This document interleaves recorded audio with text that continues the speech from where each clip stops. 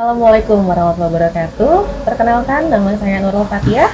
Saya adalah mahasiswa PPG dalam jabatan kategori 1 Angkatan 3 tahun 2023, program studi Pendidikan Biologi Universitas Pakuan.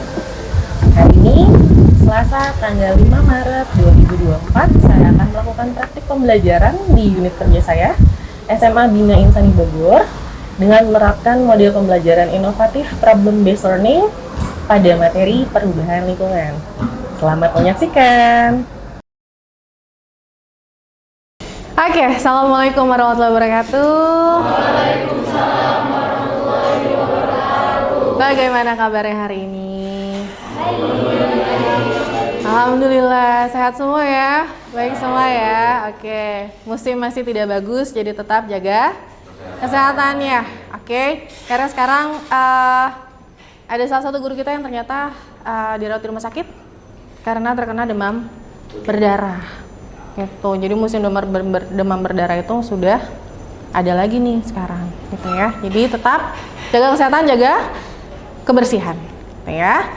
Tidak ada yang tidak masuk hari ini, hadir semua? Hadir ya, alhamdulillah kalau gitu. Baik, seperti biasa sebelum kita mulai pembelajaran, kita berdoa bersama dulu ya. Ketua kelas, silakan. Istidah dan siap doaan. Bismillahirrahmanirrahim. Rabbi zidni ilma warzuqni fahma birahmatika ya arhamar rahimin. Amin. Baik, hari ini kita akan masuk ke materi baru, ke topik yang baru. Kalau yang minggu lalu kita sudah belajar terakhir tentang ekosistem ya. Jadi di ekosistem itu ada apa saja, masih ingat? Ada apa saja yang sudah kita pelajari? Lalu kita sudah belajar juga tentang yang namanya rantai makanan ya. Lalu juga dari rantai makanan itu nanti bersatu bisa membentuk yang namanya jaring-jaring makanan. Nah, kalau yang lalu itu kan ada case-nya nih, misalkan satu organismenya itu dia menghilang. Nah, apa yang akan terjadi di di jaring-jaring makanan atau rantai makanan tersebut? Masih ingat? Kacau. Ya. Kacau apanya? Misalnya kalau cacing dimakan burung terus burungnya menghilang gitu. Cacingnya bisa makin banyak terus sangat. Oke, jadi kalau salah satu organisme ekosistem itu menghilang, otomatis yang lainnya bisa terjadi kekacauan juga gitu. Karena nanti alurnya itu akan rusak seperti itu ya. Nah, sekarang kita akan masuk ke materi yang baru. Sudah turun hujan. Biasanya kalau di Bogor udah hujan deras kayak gini nih, Jakarta siap-siap apa ya? Banjir. Kenapa sih selalu kayak gitu kalau Bogor hujan, Jakarta pasti banjir? Soalnya kan letak Bogor kan lebih tinggi dari Jakarta, jadi otomatis air yang di Bogor bakal mengalir ke Jakarta. Oke, jadi karena letak Bogor itu posisinya lebih tinggi dari Jakarta. Nah, ketika air itu banyak di Bogor, musim hujan seperti ini nih, pastinya airnya itu akan mengalir ke bagian bawah ke Jakarta. Tapi bisa nggak sih itu diantisipasi? Kenapa harus selalu banjir terus? Kan harusnya diantisipasi ya? Ya nggak bisa ya. Tapi sebenarnya penyebab utama banjirnya itu apa ya? Ada yang tahu nggak? Kan sah? Area serapan, terus habis itu juga dari topografinya. Kurang air serapan sama topografinya. Maksudnya kurang air serapan seperti apa? Kan kalau misalkan sekarang itu udah banyak pembangunan gitu, jalan-jalan juga udah nutupin tanah, jadi airnya itu kurang bisa diserap. Jadi dia malah ngalir ke bawah. Oke, jadi kurang yang namanya resapan air gitu ya, karena sekarang itu pepohonan sudah mulai sedikit, sudah mulai berkurang seperti itu. Jadi sudah digantikan dengan beton. Akibatnya apa tadi? Resapan airnya hampir tidak ada sama sekali, seperti itu ya. Terus saya ada sesuatu buat kalian, ini bagus sekali.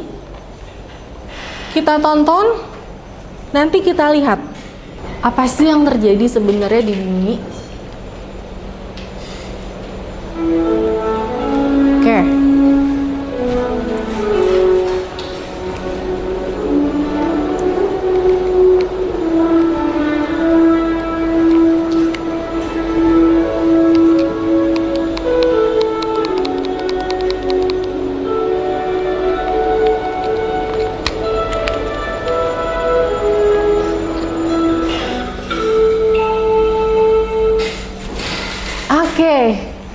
Gimana filmnya? Apa yang bisa kita ambil dari film itu? Tentang apa sih filmnya? Kansa? Ngegambarin kayak manusia sekarang. Manusia sekarang. Bikin tempat tinggal di gua gitu. Terus habis itu lama-lama jadi ngebangun. Terus mereka tuh sadar kalau misalkan mereka tuh nyakitin si penyunya yang ceritanya jadi bumi kalau jadi manusia. Waktu udah terlambat gitu. Jadi udah berusaha. Betul sekali. Itu ya. Kita kasih tepuk tangan dulu lah buat Kansa. Oke, so film ini judulnya The Turtle World.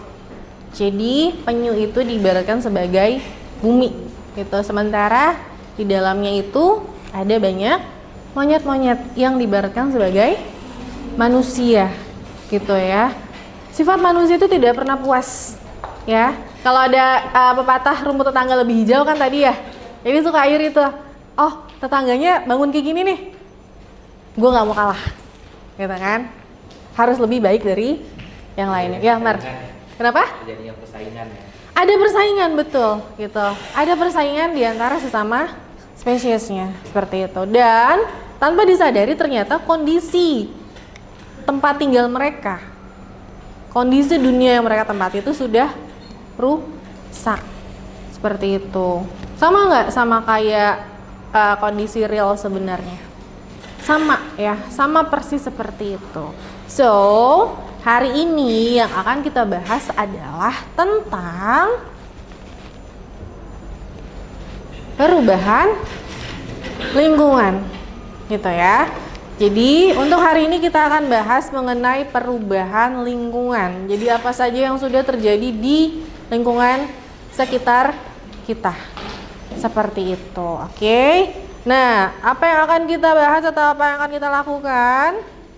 Jadi tujuan pembelajaran kali ini adalah pertama, kita nanti akan identifikasi jenis-jenis limbah penyebab berbagai macam pencemaran yang ada, gitu ya. Lalu kita akan memprediksi dampak negatif apa yang diakibatkan oleh pencemaran itu terhadap bumi kita.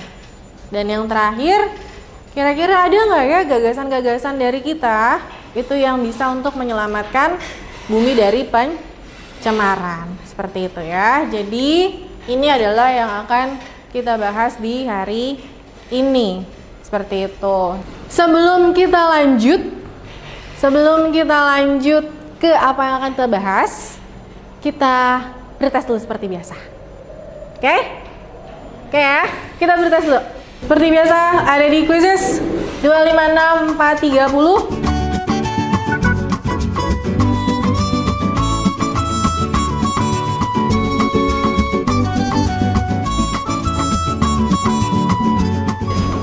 Oke, kita lihat ya, ini sudah selesai. Top 5-nya ada siapa aja? Wih, ada Alia, Safa, Aska, Kansa, dan Kia. Baiklah. Gimana pertanyaannya? Hah? Kenapa, Rey? Susah. Enggak lah ya. Tidak terlalu susah sebenarnya. Karena lagi-lagi kalau pretest itu adalah kita untuk biar tahu nih sejauh mana pemahaman kalian sebelum masuk ke materi berikutnya, seperti itu. Nah, kalau kita ngomongin pencemaran atau perubahan lingkungan, jadi pencemaran yang kalian tahu ada apa aja sih? Ya, Pip? Pencemaran cahaya, udara, air, tanah. Oke, ada lagi? Yes, Kia? Pencemaran suara. Ada lagi? Ada lagi kah? Ya, secara garis besar itu pencemaran biasanya ada 4 sampai 5 yang utama. Pertama ada air, ada udara, ada tanah, ada suara, gitu ya. Nah, sekarang kita lihat ada kasus seperti ini. Pernah lihat nggak gambar ini? Dua gambar ini. Apa yang terjadi di gambar ini? Kita lihat yang pertama dulu. Ada yang namanya Great Pacific Garbage Patch. Apa itu? Ada yang tahu nggak? Apa itu Great Pacific Garbage Patch? Atau kalau di bahasa Indonesianya itu, ini adalah kepulauan sampah yang ada di Samudra Pasifik. Dan besarnya pulau ini itu sudah seukuran negara Texas. Besar sekali gitu ya. Kok bisa sih? Emang di Pasifik ada rumah. Kenapa bisa banyak sampah jadinya di Samudra Pasifik ini? Kenapa bisa sampai sini? Ada yang tahu? Ya kan, Sa? Terbawa ombak dari mana? Dari pulau, kan masa kadang-kadang orang suka buang sampah sembarangan, apalagi di pantai-pantai. Hmm. Nah dari situ tuh ke bawah dari ombaknya itu bisa. Oke. Kok bisa buang sampah di pantai? Kurang awareness itu ya.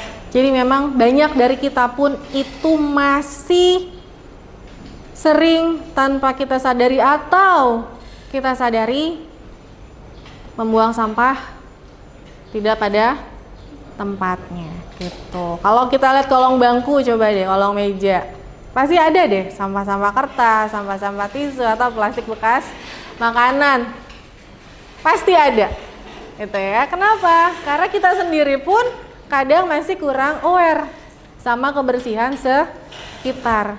Nah, kalau satu orang berpikiran, biarin lah, kan cuma gue doang. Ada 7 miliar orang di luar sana berpikiran yang sama. That's why hasilnya seperti ini. Dan ini itu bukan cuma sehari 2 hari. Ini adalah akumulasi dari puluhan tahun. Jadi pernah nih ada yang kesini, diambil sampel sampahnya dan ternyata itu adalah sampah plastik kemasan yang dari 20 tahun yang lalu tuh masih ada. Masih awet gitu, coba bayangin ya, sampai akhirnya berkumpul seperti ini gitu. Nah, kita lihat sekarang si pulau sampah itu dari mana dan kayak gimana. The world produces enough plastic each year to build 50 pyramids of Giza. That's over 350 million tons of candy wrappers, PVC pipes, and synthetic. Think about that the next time you toss your water bottle in the trash because the recycling's full. Tuh kan, ternyata plastik itu baru bisa di breakdown atau diurai setelah 600 tahun. Makanya ini tadi yang saya bilang, waktunya ternyata sudah lama untuk membuat pulau seperti itu. Itu kalau di lautan lepas sana. Kalau kita ngomongin yang nggak jauh-jauh lah, di sekitar kita, ya di sekitar kita ternyata kondisinya seperti ini. Satu dari 4 rumah tangga di Indonesia konsumsi air minum yang tercemar tinja. Kok bisa? Itu pertanyaannya. Gitu ya. Jadi, ada yang masih pakai air sumur nggak di sini? Enggak. Oh, Afif masih pakai di rumahnya gitu ya. Oke. Jadi ternyata air sumur atau air dalam tanah ini di Indonesia sendiri tuh ternyata banyak yang sudah terkontaminasi oleh tinja. Kenapa bisa seperti itu? Ada yang tahu nggak? Kenapa bisa seperti itu? Kalau dari air pam kan itu sudah diolah ya, jadinya sudah bersih. Nah sekarang kalau misalkan masih pakai air sumur nih, kenapa bisa ada kemungkinan atau ada risiko terkontaminasi oleh tinja? Ada yang tahu? Mar? Sungai itu biasanya dipakai buat kegiatan sehari-hari kayak cuci baju. Kadang-kadang kan di rumahnya yang di sungai, kadang ada sungai itu lah, makanya buat tinjanya di sana. Nah, ini adalah masalah di negara-negara berkembang. Terus kita yang di rumah seperti apa? Nah, ini adalah penelitian dari rumah gitu. Jadi setiap rumah itu diteliti dan ternyata hasil seperti ini. Nah, kenapa bisa seperti ini? Karena kondisi lokasi septic tank.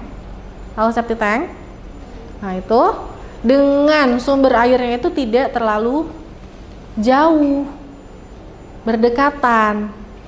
Makanya tinja ini kan dia menyerap ya, kalau di tanah ya, di septic tanknya ya. Nah itu nanti yang akan menyebabkan percampuran antara si air tanah sama si kotorannya secara tidak langsung, seperti itu. Tercemarnya gimana? Tercemarnya itu bukan pas kita buka keran airnya warnanya itu enggak itu enggak, tapi ternyata ada cemaran bakteri di airnya gitu. Nah bakterinya itu dari apa? Dari tinja yang ada di septic tank itu, seperti itu ya. Wow, ternyata di sekitar kita pun ada.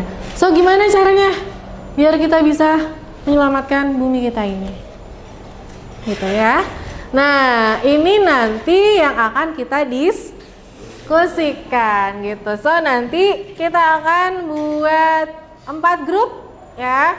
Jadi masing-masing akan ada 4 orang satu grup. Nah nanti kalian akan diberikan kasus yang berbeda di masing-masing grupnya. Nah itu yang harus kalian pecahkan dan temukan solusinya, seperti itu ya. Ada pertanyaan? Tidak ada?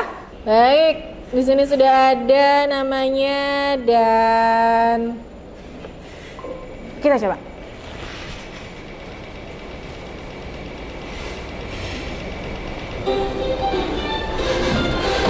Oke, grup 1 ada Swita, Hafiz, Malka, Indah. Grup 2 Umar, Alia, Safa, dan Kia. Grup 3 ada Alfat, Nala, Rei, sama Cesa. Dan grup terakhir Bita, Apip, Kansa, dan Aska. Oke, nah sekarang silakan scan sesuai dengan grupnya.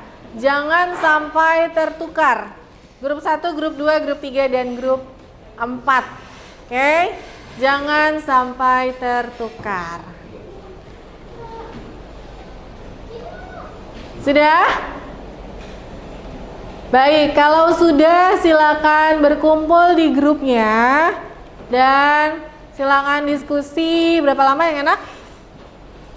20 menit ya? Oke, kita coba diskusi selama 20 menit. Setelah itu nanti kita presentasikan. Ya, oke, silakan berkumpul di grupnya masing-masing. Ya. Baik, sudah berkumpul di grupnya masing-masing ya. Sekarang perhatikan dulu ke depan. Perhatikan dulu ke depan. Baik. Akan ada 4 worksheet masing-masing grup. Yang pertama nanti akan membahas tentang pencemaran sungai. Di sini masing-masing ada temanya ya. Yang pertama pencemaran sungai, lalu nanti ada yang dapat tentang krisis TPA sampah. Yang ketiga ada yang dapat ini tadi nih, kontaminasi air tanah ya atau air minum. Dan yang terakhir adalah tentang efek dari PLTU. Nah itu, apa itu PLTU, kontaminasinya seperti apa, silakan dibahas di grup masing-masing. Silakan.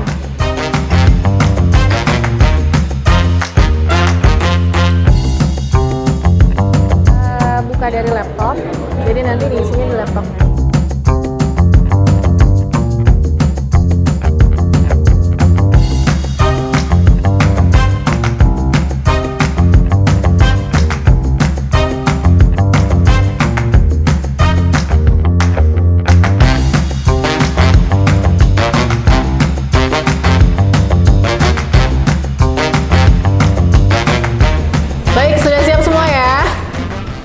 Kalau gitu kita undi aja. Siapa kira-kira ada kelompok sampah, PLTU, sungai, sama air tanah? Coba kita lihat yang pertama. Ada siapakah?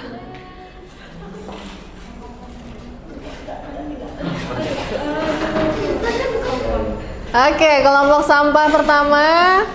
Yang kedua ada sungai. Lalu yang ketiga ada air tanah. Yang terakhir PLTU nanti ya. Baik, untuk kelompok sampah silakan.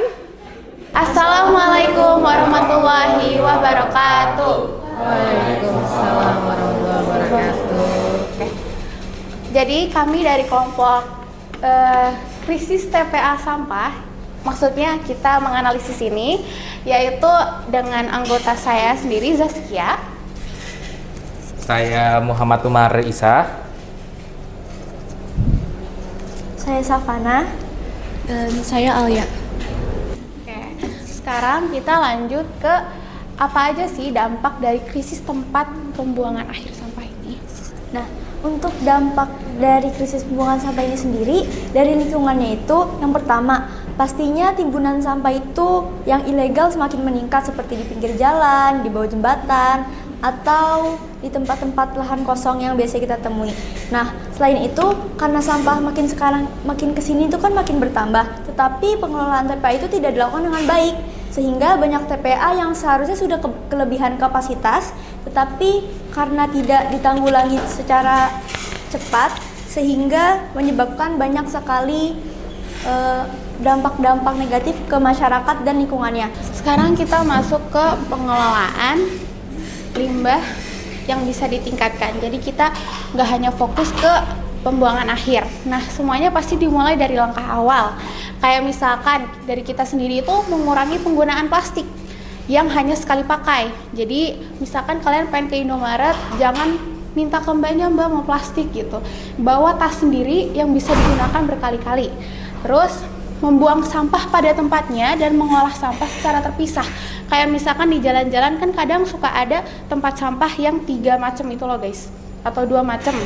Nah, atau enggak dari rumah kalian sendiri dipisah tuh sampah organik sama anorganik. Mungkin segitu aja dari kelompok kami. Langsung. Baik, ada pertanyaan? Ya, Hafiz silakan. Tadi itu dibilang apa harus pakai plastik yang non plastik dan bisa dipakai berulang-ulang. Tapi kalau misalkan melihat sekarang, kayak misalkan kita beli GoFood, kayak misalkan GoFood Walkman ya, itu kan pakai tote bag tuh.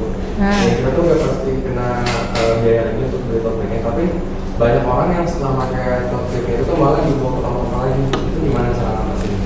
Jadi kayak tote bag itu menjadi kayak plastik yang waktu plastik harus bayar gimana harus kayak gitu. Kasih atas pertanyaannya. Baik, menarik sekali. Lebih ke kesadaran diri sendiri aja sih dari masyarakatnya. Jadi kalau masyarakatnya kayak udah disediain tote bag kayak gitu buat dipakai berkali-kali tapi malah dibuang lagi, kan emang dianya ngeyel kayaknya. Jadi lebih harus ditingkatin kesadaran diri sendiri aja sih. Untuk solusinya juga mungkin dari kita sendiri, kita bisa mulai untuk jangan langsung dibuang, mungkin kita simpan. Kalaupun disimpan kan lama-lama numpuk di rumah, mungkin kita bisa bikin kayak kerajinan atau kayak itu kan bahannya kain ya, bisa dibuat kayak bahan buat seni atau segala macam seperti itu bisa menanggulangi lah dari kita sendiri. Oke, iya.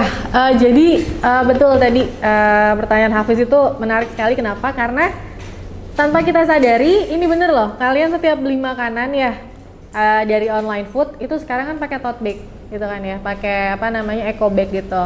Dan kadang kalau saya sendiri lihat di tempat sampah itu sekarang bukan sampah plastik, tapi sampah dari eco bag yang bekas kalian makan dari online gitu ya. Itu banyak sekali yang padahal eco bagnya itu masih bisa digunakan kembali seperti itu ya. Jadi memang lagi-lagi dari kesadaran kita sendiri gitu ya. Kita udah bayar nih eco bag kan lumayan harganya, masa sih masih dibuang juga gitu loh, padahal itu masih bisa dimanfaatkan lagi seperti itu. Bisa buat kalian bawa bekal juga kan ke sekolah atau bawa barang-barang yang lain. Saya pun dengan guru-guru yang lain tuh sama. Kadang kalau kita lihat tote bag yang ada di tempat sampah tuh, tahu nggak? Kita pungutin loh. Kita pungutin, kita cuci lagi. Kita cuci lagi ternyata manfaatnya banyak gitu loh. Bisa buat kantong belanja juga, ya kan? Kantong belanja saya sekarang bukan kantong belanja dari online shop yang lucu-lucu, enggak. Kantong belanja saya itu ada 2 jenis. Ada dari Aeon sama dari McD. Gitu. Sebelum McD-nya jadi Zionis gitu ya. Itu banyak bener deh. Gitu. Jadi kantong belanja saya 2 nih sekarang nih. Ada dari Aeon banyak sama dari McD gitu. Contoh umumnya gitu ya. Baik, terima kasih untuk kelompok sampah. TPA sampah. Silakan ditutup. Oke, mungkin sekian dari kami. Mohon maaf apabila ada salah kata atau sikap.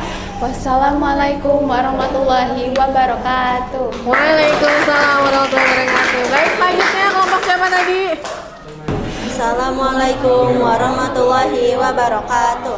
Waalaikumsalam warahmatullahi wabarakatuh. Jadi kita dari kelompok efek PLTU akan mempresentasikan hasil diskusi kita tadi. Jadi kelompok kita tuh udah saya sendiri Cesa, Saya Nala. Aku Raina. Saya Alfat. Nah, untuk soal yang pertama ini, apa jenis polutan udara yang umumnya dihasilkan oleh pembangkit listrik tenaga uap? Nah, emisi pada pembangkit listrik tenaga uap dapat mencakup berbagai jenis polutan yang dilepaskan selama proses pembangkit listrik. Polutan utama yang terkait dengan PLTU adalah sebagai berikut. Yang pertama, emisi karbon dioksida. Yang kedua, emisi sulfur dioksida. Yang ketiga, emisi nitrogen dioksida. Dan yang terakhir, emisi partikulat atau debu. Oke, selanjutnya bagaimana dampak polusi udara dari PLTU terhadap kesehatan manusia di sekitar wilayah tersebut? Jadi, jika masyarakat tidak bisa menjaga diri, kemungkinan buruk yang dapat terjadi adalah masyarakat akan terpapar bahan beracun, ozon, dan logam berat. Dampak kesehatan yang berat disebabkan partikel mikroskopik yang terbentuk dari emisi sulfur, nitrogen oksida, dan debu. Nah, apa sih solusi alternatifnya atau sumber energi bersih yang dapat menggantikan PLTU untuk mengurangi polusi udara? Nah, salah satu contohnya yaitu mengganti pembangkit listrik tenaga uap dengan energi air yang dikenal dengan istilah hydropower yang menjadi sumber energi dari kekuatan air. Untuk menghasilkan energi ini biasanya dilakukan dengan membuat bendungan atau menampung air. sampai di sini ada yang mau ditanyakan atau tidak? Mau nanya, tadi tuh kamu bilang tuh diganti sama apa sih, dibanding PLTU ini diganti sama yang berhak ya yang itu kenapa air? Nah, izin menjawab, saya menyebut tadi energi air itu. Tadi saya bilang energi air, mengapa? Dikarenakan energi air itu cenderung polusinya itu lebih kecil daripada uap-uap, energi pembangkit uap gitu. Kan kalau air itu kan dia pakai pergerakan air gitu ya dari atas ke bawah, melalui bendungan. Kalau misalnya uap kan harus pembakaran dulu dan lain-lain, itu menghasilkan uap yang cenderung tidak ramah lingkungan. Sekian. Mau nambahin sedikit, kenapa pakai air itu juga karena Indonesia kan negara maritim, maksudnya yang punya perairan yang luas. Jadi perairan itu bisa dimanfaatkan untuk pengganti pembangkit listrik untuk pembangkit listrik yang lebih ramah gitu. Ada lagi? Ada lagi? Baik ya, bagus sekali. Memang banyak sekali sebenarnya sekarang itu sumber energi alternatif ya selain PLTU. Tapi kenapa masih memilih PLTU? Karena PLTU itu dari segi operasional itu dialah yang paling murah.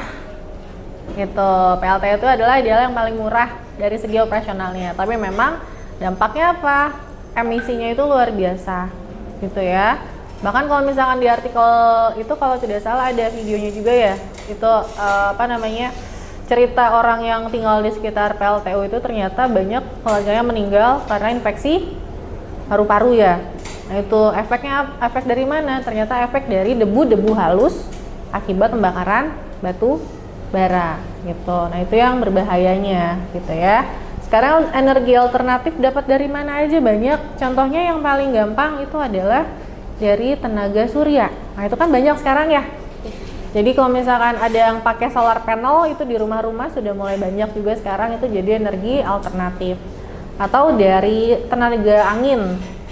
Kalau di pinggir pantai atau di atas gunung itu anginnya kencang, nah itu juga bisa dimanfaatkan gitu ya. Nah kalau air gimana? Betul kata Nala tadi, kita kan negara perairan ya. Negara perairan yang otomatis 70% itu pasti ada perairannya. Nah itu juga bisa dimanfaatkan untuk pembangkit listrik. Seperti itu ya. Oke, sekian dari kelompok kami. Wassalamualaikum warahmatullahi wabarakatuh. Waalaikumsalam warahmatullahi wabarakatuh. Oke, selesai. Cut dulu. Baik, ternyata luar biasa ya pembahasannya ya. Tadi ada ternyata banyak loh energi alternatif yang bisa dipakai selain PLTU gitu. Lalu tadi bioindikator air itu mengandung bakteri atau germ-germ yang lain itu juga sudah dibahas seperti itu ya. Dan itulah yang terjadi sekarang gitu loh, itulah yang terjadi sekarang. Kalau kalian lihat di lembaran akhir LKPD-nya, di lembaran akhir worksheet kalian ini saya dapat bagus sekali sebenarnya. Artinya ini peribahasanya orang aborigin. Coba orang aboriginnya punya filosofinya kayak gini. Apa artinya? Look after the land and the land will look after you. Destroy the land and it will destroy you. Gitu. So, kalau kita menjaga alam, alam pun akan berbuat baik kepada kita. Gitu. Demikian juga dengan yang sebaliknya, gitu ya. Oke, baik. Kalian semua luar biasa. Kita tepuk tangan dulu untuk kita semua. Baik, kalau begitu gimana? Sudah paham ya mengenai pencemaran atau perubahan lingkungan itu sebenarnya banyak ya. Tadi juga kita sudah bahas semua gitu ya. Nah, sekarang ada yang bisa memberikan kesimpulan nggak untuk apa yang sudah kita pelajari hari ini? Siapa? Oke, Nesa, Cesa. Harus lebih aware terhadap isu lingkungan. Kita juga harus lebih memperhatikan kegiatan apa sih yang mungkin aja bisa berefek ke lingkungan. Iya, itu ya. So, seperti peribahasa tadi. Jadi kita juga harus tahu nih, kita harus sadar diri apa yang bisa kita perbuat agar lingkungan tidak rusak gitu ya. Ada lagi? Oh, Aska silakan. Jadi intinya kita harus lebih aware tentang tindakan-tindakan kecil yang kita lakukan sehari-hari seperti buang sampah sembarangan dan juga membuang sembarangan dari kita ya kan. Karena itu tuh dapat menyebabkan dampak besar dari lingkungan di sekitar. Iya, itu. Jadi dimulai dari hal-hal kecil, dimulai dari diri kita sendiri gitu ya. Seperti tadi, ternyata hasil belanjaan online kita, orderan makanan online kita menyimpan banyak sekali tote bag yang ternyata itu juga masih sering dibuang, yang padahal bisa dimanfaatkan kembali. Seperti itu ya. Baik, sampai sini sudah jelas ya semuanya ya? Sudah, alhamdulillah. Nah, kalau tadi di awal ada pretest, kita biar tahu sejauh mana kemampuan kalian sebelum kita masuk belajar. Nah, sekarang saya mau lihat dulu nih ya, apakah kalian sudah paham betul? Kita lihat dari post testnya, oke? Quizzes lagi. 133859.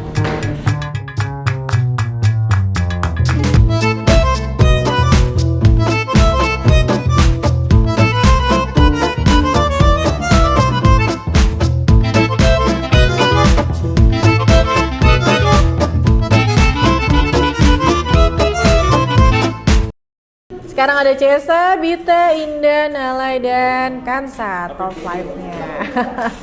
Baik, kalau gitu. Nah, yang tadi saya bagikan itu adalah penilaian juga. Jadi silakan diisi. Silakan nilai teman di kelompoknya seperti apa, ya. Baik, nah terakhir sekarang. Saya ingin tahu dari pelajaran sekarang, kira-kira apa yang kalian bisa dapatkan ya? Lalu apakah kalian sudah benar-benar paham atau belum? Jadi silakan scan ini. Oke, silakan di-scan.